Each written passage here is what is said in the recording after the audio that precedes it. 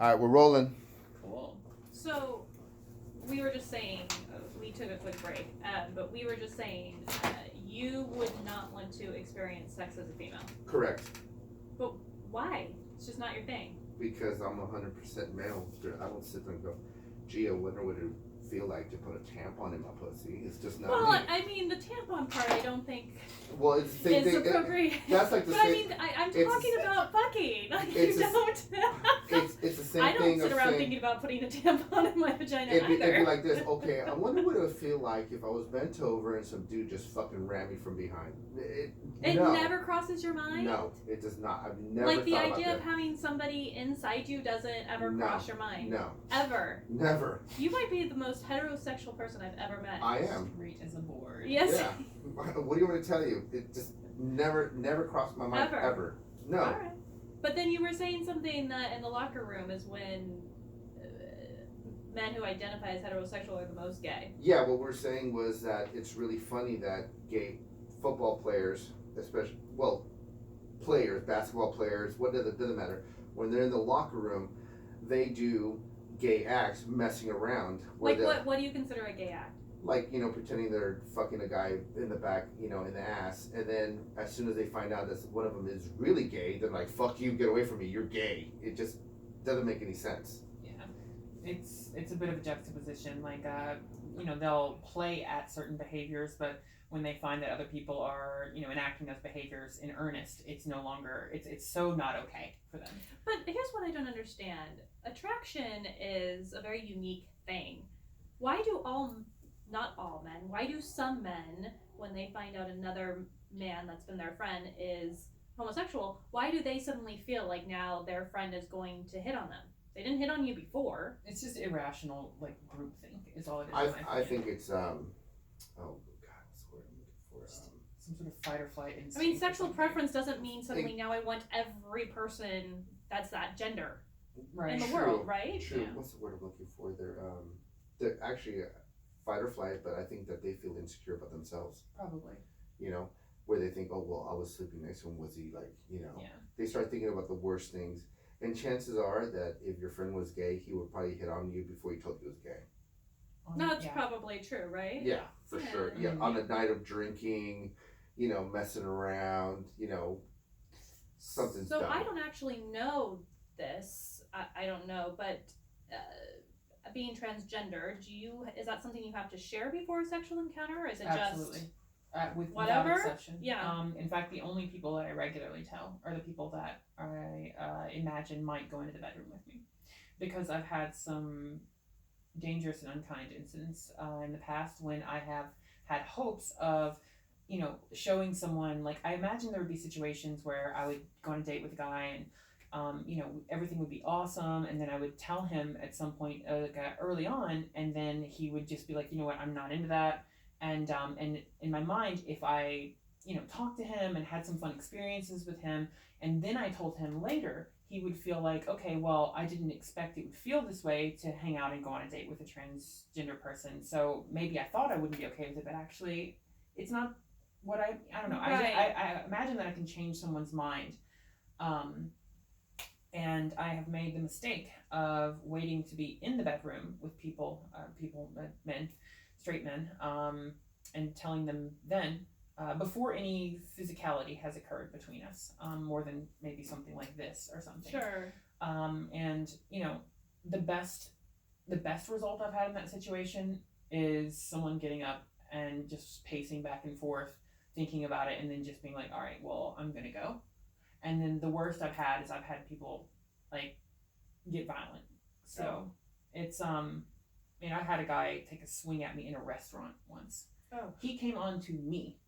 I was just sitting there at the bar, and he came on to me, and we talked for a little while, and I was like, this is after some bad things had happened, so I was like, I just want to let you know, I was born male, just for the record, and he just like, he thought I was joking. He laughed a few times, and I was like, I'm serious, and this is when I was skinnier and prettier and younger. But no, he got really angry. he got really angry. I could tell by his body language that something was about to happen. Well, that's a reflection on him, right? Honestly, if it wasn't for his body language, I probably would have gotten jacked in the jaw. Yeah. I can see a male getting violent if you were in the bedroom with somebody. Right. I mean, you're If gonna. you've been It's making not out. okay, Yeah, but yeah, I can see yeah, that being upset at that. Yeah, I can at that understand point, that. I personally would be mad. Yeah, it's Right? understandable. But if you told me, But would you be violent, or would you just leave? if I was if I was in the bedroom ready to do the deed, and then they told me that they used to be a male, Really? Yeah, I'm fucking you up. Really? Yeah, 100%. Okay. I learned that lesson the hard way. Yeah, because you're. Seems like a very masculine response. It's false. Yeah. It's false advertising. Now, if you told False me ahead of time, advertising, if you told me ahead of time, hey, I'm a female. I used to be a male. I'm a female. I'll be like, okay, well, thank you. I'm out. Right. Because you're not for me. I understand that. Well, sexuality is very personal. Yeah, Right. I mean, it's no different than you having sex with a female, and she's like, well, yeah, I just shot up, did a heroin like an hour ago. Yeah, that's just not my thing. Yeah, Right. Agreed. So you just used a needle. We just had unprotected sex. Now I could be exposed to AIDS. Right. Right. Now if you told me, hey, you know what? I'm a girl. I just did some heroin. I'm an addict. Then I'm like, I'm not touching you. Right. I mean, I know what comes with the program. That's a good analogy, actually. It makes sense. Yeah, I mean, it can happen with anything. So that being the case, I think that the violence would come up because if you didn't know, because it's like you're trying to convince me. But taking it out of the bedroom, and what she's saying is she was at a bar and he hit on her, and then he was violent towards her. Yeah, he's an asshole. But to me, that's his own insecurity. Like Absolutely. how I think he surprised himself that he was attracted to somebody who was once male, and then It made him his very own confused and upset. insecurities. Yeah, but I mean, at the same time, you see It's a not woman. acceptable. You see a woman at the bar. You hit on her. You respond. My impression is you're a woman. Now you tell me you're a guy. But she shouldn't have to advertise. She shouldn't wear a shirt. Hey, I was born male. I understand that, but That's not fair to her. But for her That's not who she safety, is. but for her safety and for the respect to the other person, you need to tell them. But she did. Fair, before anything happened. No, and I agree I think you with handled it correctly. I agree. Yeah. He should have not even swung at you. He Yeah. should have just said, "Okay, I'm sorry," got up and left. Simple. Yeah, sorry, I'm not into I it. think they feel. I mean, this is. I think it makes them question It's themselves. a psychological thing, and I've never formally studied psychology. But if I had to hazard a guess, I would say that they feel deceived, and also shocked at the fact that there's the possibility that they can be attracted to someone who was born with a penis. Like it's it's the same insecurity that they think, oh, am I gay? Right. Oh, fuck this, I gotta. But it's so weird because if it freaks me out when people say like they don't want to go on a date with me because they're not gay. When guys say that, like it drives me insane because I'm like, look, do I look like a fucking man to you? Like, right. are you attracted to me because of my big strong muscles? Are Right. you attracted to me because my strong, my nice handsomely combed beard? I mean, you are very feminine looking. Thank you. I don't mean that like in a weird way. I'm just not sure if it's like a compliment or just like a No. note of- It's. I would have never considered you male, assigned to male gender I suppose that means at birth. Yeah. I didn't do too poorly up until now in my transition, but yeah, and like there's, I'm also running on the edge of like an enormous string of 15+ hour days without any break in that. So I feel like I look really ragged. No, right you now. look fine. You look great. But thank you for saying so. You're in a room full of people who don't sleep. You're fine. Oh, you guys have kids? We do. Oh, okay. So that explains but why you don't he sleep. works, 170 hours a day. Oh, are you Japanese? Probably. Well, look at the body art, right? Yeah. Probably. And I just don't sleep because I'm psychotic. So. If I get 5 hours of sleep, I'm lucky. Yeah, I'll be honest, like I have been, I've made some major changes to my diet, like back the way they used to be when I was in New York. I used to be about 40 pounds skinnier than I am now. I was a raw vegan for quite a while. I didn't even eat cooked food. Ugh. I like meat. I'm sorry. Oh, I love it too. It's All delicious. the vegetarians come I did it after for me. health. I love. For me, it was health. So like I had energy for days. I was skinny. People always complimented me and said my hair and eyes were shiny and I've vibrant. heard that, but I'm hungry. No, look, I feel you. Like so, I'm not advocating that anyone else should do this, but I'm Have doing you ever it done vegan? to like cleanse my system and drop some of these excess pounds because I've been since I've come back to America, I'm like, oh, this thing I used to love, like this kind of food is available now. I want to try all the cheeseburgers and all the pastas and turkey melts and everything that we don't have typically in Japan. So now I've passed that phase. I've gotten over my honeymoon, and I'm like, all right, it's time to. This is getting out of control. So I just went vegan a few days ago, and even though it's technically allowed for me to drink something like a Monster energy drink, that's what I had over here. I just like slammed one, and I feel weird because it's just like the sugar bomb, right? But I think it's the reason I'm awake. So I think part of the problem too is that Western food is so full of hormones. Yes. And you're for not. Sure. And yeah. Possibly. And I want more. Give me more. And you're eating. Well, we all have our drug of choice. Well, the difference is that in Japan, I'm sure you walk a lot. Much more. Where here you sit or drive. Right, so here, there's a lot of driving. Like in Japan, at least in Tokyo, I can say that not many people have cars, but also the public transportation is it's great. Best in the world. But you still walk more than you do here. Yeah, because you walk to the train station, you walk in the train station, You're right. walk from the train station to the place. Like I used to, I've got my little, smartwatch thing and my odometers, and man, since I've been in the U.S., my average step count has gone down by like 3,000 or 4,000 a day. That's a lot. The average. That's a lot. It's no joke. Yeah. Like I was averaging anywhere between 12 and 17K a day. In Tokyo, and if I hit 3K, I'm astounded here. So it's just a vast difference. Wow. Don't ask me to justify that math. How does your family feel about your transition? Is everybody accepting and open and supportive? I will say this. I was really, and I found that other trans people have echoed this sentiment as well. But before I announced like my official "Hey guys, I'm trans" or whatever announcement, I could have made 3 lists. I could have made 3 categories: people who will definitely support me, people who will say like you're weird and fuck off, and then the people that are like I'm not sure about. And what's interesting is I was so wrong on so many accounts as for who would support me and who would also pseudo disown me. I expected I would say my list of people I expected to disown me wasn't like if I had been betting on it, I would have lost a tremendous amount of money. Really? And the people I thought definitely would not be okay with this were some of the most supportive.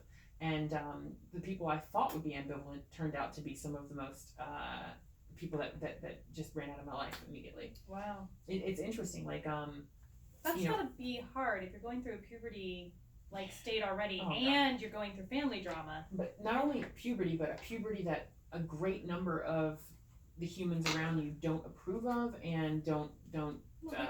About their opinions. Well, they don't understand it. Right, but there is a certain mental, even if you don't care, you're still aware of it, and it does affect your psyche. Whether you actively. Well, we all want to be accepted at the end of the day, right? Validation is important for mental health on some levels. For anyone, I would argue. But anyway, to answer your question, how did my family react? My parents straight up thought it was a joke. They thought it was a phase. They're like, "You're gonna grow out of this." I'm like, "I'm 27. Comes to the point where it's no longer a phase." They're like, "Yeah, but you always get these things. Like you go crazy about something like really hardcore for a few months, and then you because I have a thing where I pick up new hobbies all the time. I have a list. It's started on that list. And they thought it was something like that. They thought it was like some fad or something that I was going through, and it actually was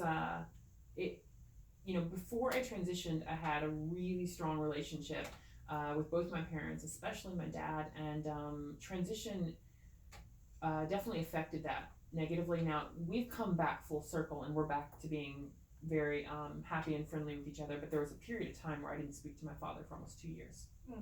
Because for them, I tried to understand their point of view. They have a child. They have a male child.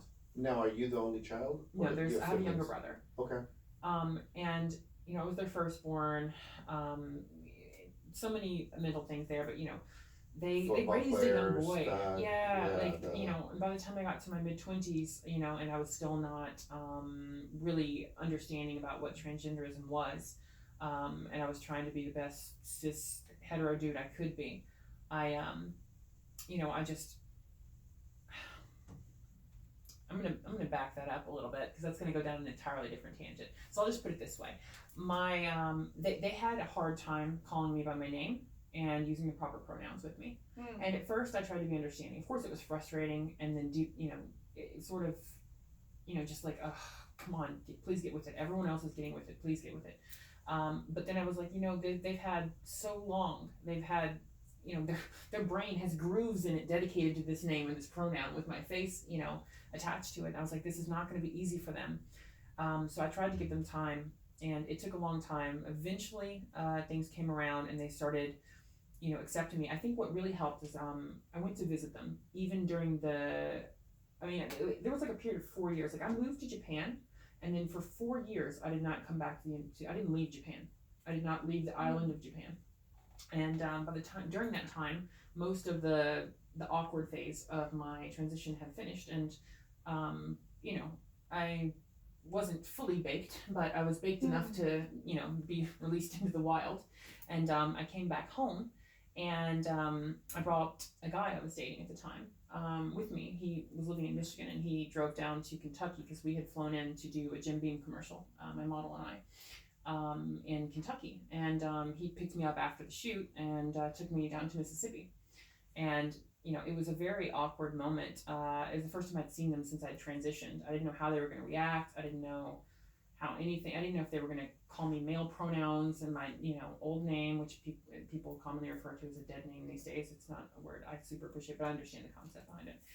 Anyway, it was awkward. It was weird. But at the end of the day, my dad came back to me, and at the end of the first day, and he said to me, "You know what? I thought this was going to be a hell of a lot more awkward and weird than it was, but it just felt much more natural than I imagined." He's like, "It's like you still, but you have boobs." And I was like, well, that is kind of the idea.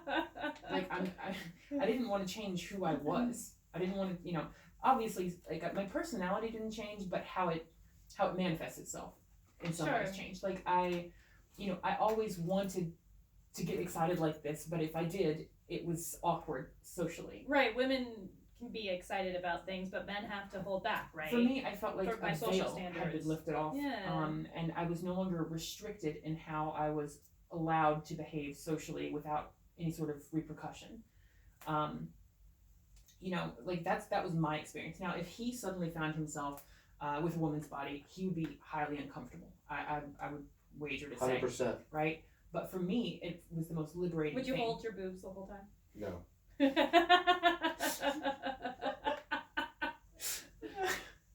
But she does have a point, because I'll give you an example. The other day, I don't know where we were at the pool, and my son was, I think we were playing ball. They were playing ball outside, and my son was screaming like a girl, right? So both myself and my wife were like, "Stop screaming like a girl." But if you think about it now, if it was a girl, it'd be okay. Right. Oh, yeah. That's an interesting thought that you had, yeah. If you think about it. But why is screaming like a girl such a bad thing? Why is having a high pitched scream such a negative thing? That's my whole point. That you just automatically. Was it just the scream that was annoying you, and that was the first thing that came to mind? I'm like, stop screaming like a little girl. Plus, and probably subconsciously, and this is just my guess, but you probably imagine that. You can imagine your son in a situation where he's around other boys and he does that. He gets teased. He gets maybe, bullied or something. I don't know. Like that, you probably just want him to understand what is expected of him, and then what he does is up to himself. But you want him to know what society expects of him as a male. Kind of. Actually, it was just annoying. I just wanted him to be quiet. Yeah, he just shut up. Yeah, he was just, like I said, he was just screaming like, "Shut up." I'm trying to watch TV, just be quiet. But like I said, I could see the difference there, right? Yeah. It's funny because like when I was a kid too, and I didn't even think about these kinds of things until later on, but when I was a kid, I used to have, mannerisms and ways of speaking that my parents often corrected in a similar manner. And then looking back, they're like, "Oh, right. So that was just, you being you." And I don't know, because they... Now, were your parents religious? At the time they raised me, I mean, they will claim, if asked, that they've been Christians the whole time, and I suppose deep somewhere in their head they still had that belief system in place, but they weren't church going until after I moved out of the house. And they had a phase of that, and they're not really doing it so much from what I hear recently. but yeah, they're not like crazy, like super fundamentalists, like Bible Westboro thumping, Baptist yeah. sort of stuff. But first and foremost in their minds are the laws of God, not the laws of man, Right. sort of thing. And how did your brother react? Surprisingly, very supportive. And I don't say surprisingly because he's not been supportive of me in his life, but it's one of those things where I thought he would love me but still think it's weird and just distance himself a little bit. Never be rude, just not want to be involved. Right. But he was one of my staunchest supporters. Like, yeah, I think I had come home after I had told my parents that I was going to transition, but I still had a 98% male appearance. And I think they said something, I forget what they said, but my brother's reaction was, "Hey, don't talk about my sister that way." And I was like, "Be still my beating heart." Oh, that's great. You need that person in your corner, right? Yeah, I totally did. And it was before I socially transitioned. I would, at the time in my mind it was cross-dressing. Looking back, it's not cross-dressing, but that's how I thought of it at the time, and that's what anyone else would have thought if they saw me.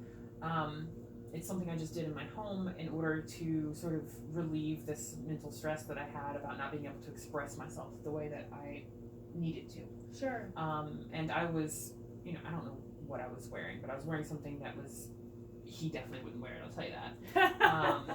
And I was wearing that, and I was like, Maybe for Halloween. Carlos. Oh, does that mean that you would think about? It'd be funny. It would be funny. It's but, true. But I'm not be like, oh my god. I think we gotta do it just to take a picture. Oh my gosh. Yes, I don't see that. I mean this in the kindest way. I don't know if you make a beautiful girl. Are you kidding me? Those eyelashes. Look at those arched brows. No. I'm just teasing you. You're so masculine. I don't know if I can see it. Oh goodness. Yeah, I would love to. I'm kind of like. Right now, you're like, we've done the makeover right here. It would be really hard to play it off with these fucking shoulders. Yeah. Yes. Yeah. I just want to see you walk like a woman. Oh, I could walk like a woman. Do you know what? And this, you might. I don't know if you've ever considered this, but one of the weirdest things about my transition is as my hips got larger and my way of standing and walking was a little bit different. The weirdest thing is that my center of gravity shifted from my chest to my hips. It does. Like when I used to walk, my hips would basically stay still, and my arms would swing kind of like this, and then gradually it was kind of neutral, and then gradually now this stays still, and my hips start to swing. It was not a conscious decision, but as my physical shape and weight and everything changed, it just, that's how it kind of. Well, the thing about having that, since your hips opened up, it moved your pelvis forward. As a male, your pelvis is back. Oh, that stands to reason. That's why women have the curvature in the back when they have a butt. Yo, it's totally a thing. Like, I'm gonna be hard to hear for a second, but like, I'm not like Kim Kardashian over here, but like, yeah, this is. See how you have it that, used to be flat. Yeah, now you have the curve. It's from the because the pelvis opens up, the pelvis jerks forward. And by weird, I mean That's sexy. awesome. Yeah. So your family is supportive now. They are. And you mentioned you have a chosen family in Japan, in Tokyo, where you're at your house. And you're married, right? Legally married in Japan. Okay. And this is an interesting story. So, all right, I'm not going to go like through all the details, but I'm going to say the overarching points because it's a kind of curious tale. So I was living in so before I moved to New York, but after I'd come back from Japan, I was dating a girl who was a TV producer from New York, but she was on like a long-term shoot in Memphis, shooting this show called like The First 48. It was like a murder reality show or whatever. Yeah, it's still on. Yeah, it's still really. going. Yeah. Oh wow. So she was the producer for that, and I was serving tables at this restaurant in Midtown Memphis, the kind of like cool, quirky, like almost a West Hollywood type of part area of Memphis. And she comes in, and long story short, we started dating, and her job kind of dissolved in Memphis, and she was even thinking about possibly even staying there. And I was like, yo, no. Like, there's nothing for you here. You're a TV producer. You can make great money and have like a career. And you were like, you need to go back to New York. But we just started dating, and I didn't really have anything tying me down. I was like, fuck it, I've been wanting to study wine. This will give me a way to do that. So we moved up there together, and after I moved back, the woman who used to be, okay, so my ex-girlfriend, her name, we'll just say her name is M.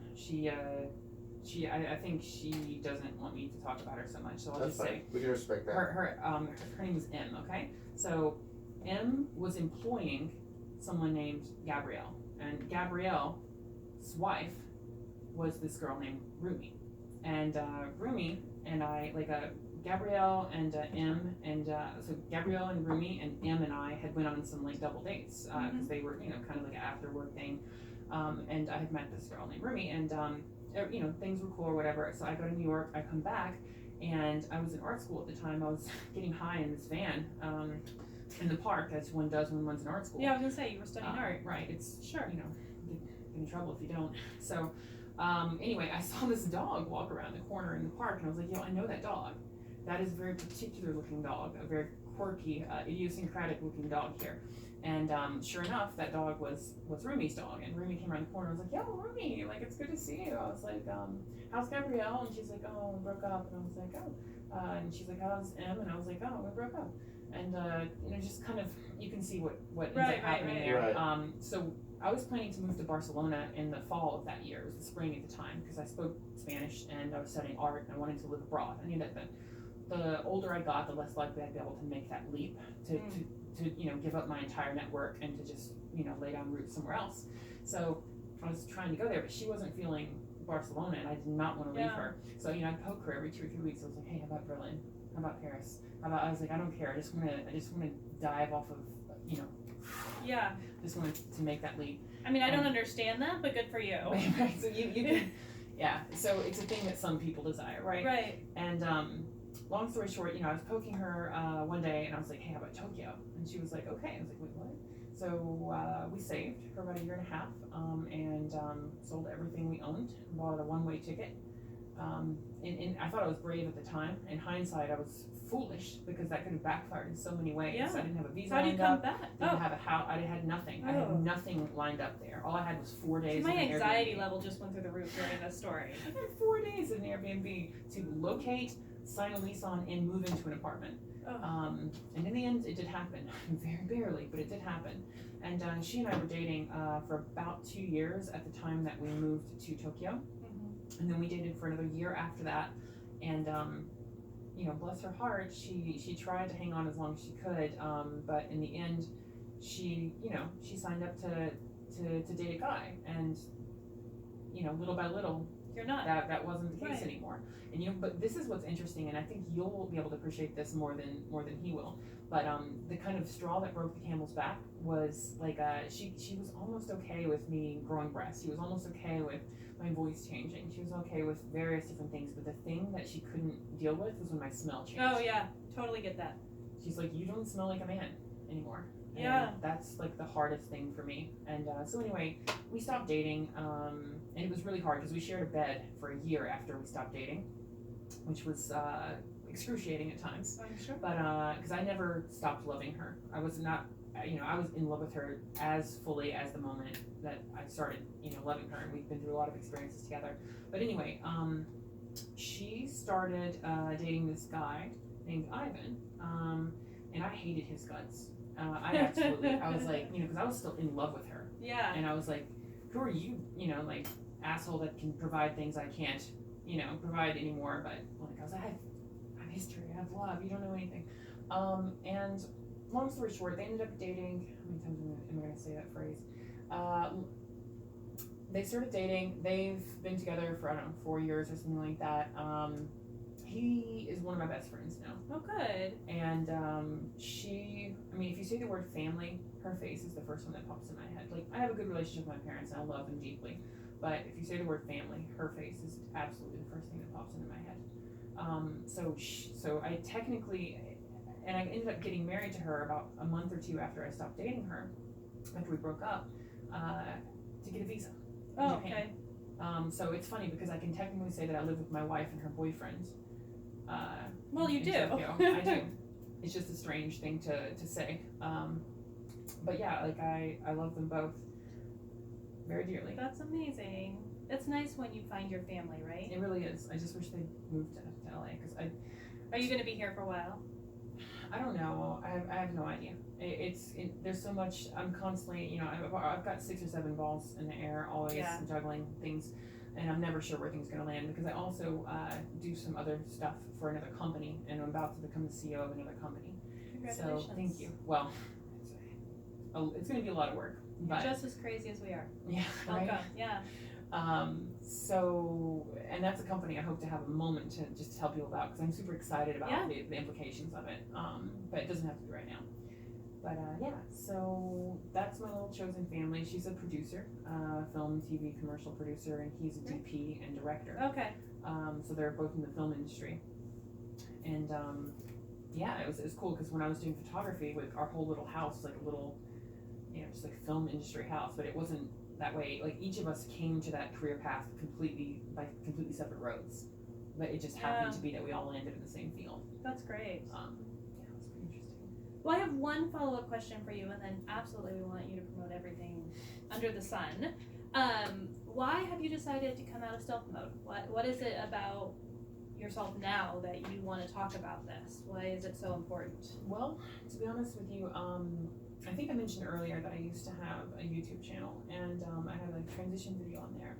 And during the time that I had that on there, and even for a few years after that, I had taken it down and made it private, which the reason for that is because I started working for the Japanese supermodel, and I felt at the time that if people learned that, her manager was trans, it would somehow reflect poorly on her in Japanese society.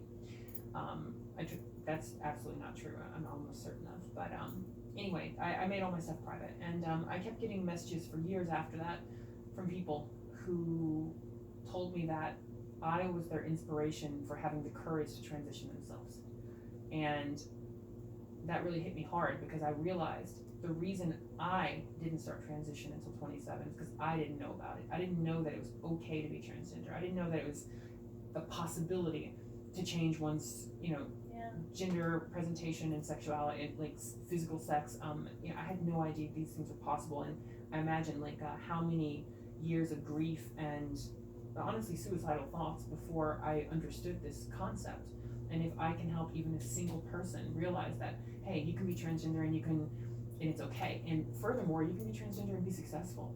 Like that is an option. Like the one does not preclude the other, which is what many people think. Like, I have to be trans, but I'm going to end up being a sex worker or something like that. And no offense to anyone who does that, but no one should feel like that's their only choice either. Right. Like I don't have anything against that whatsoever. I just feel like people shouldn't feel pigeonholed into certain types of work based on their sexuality. Yeah. That's not a concept I'm okay with.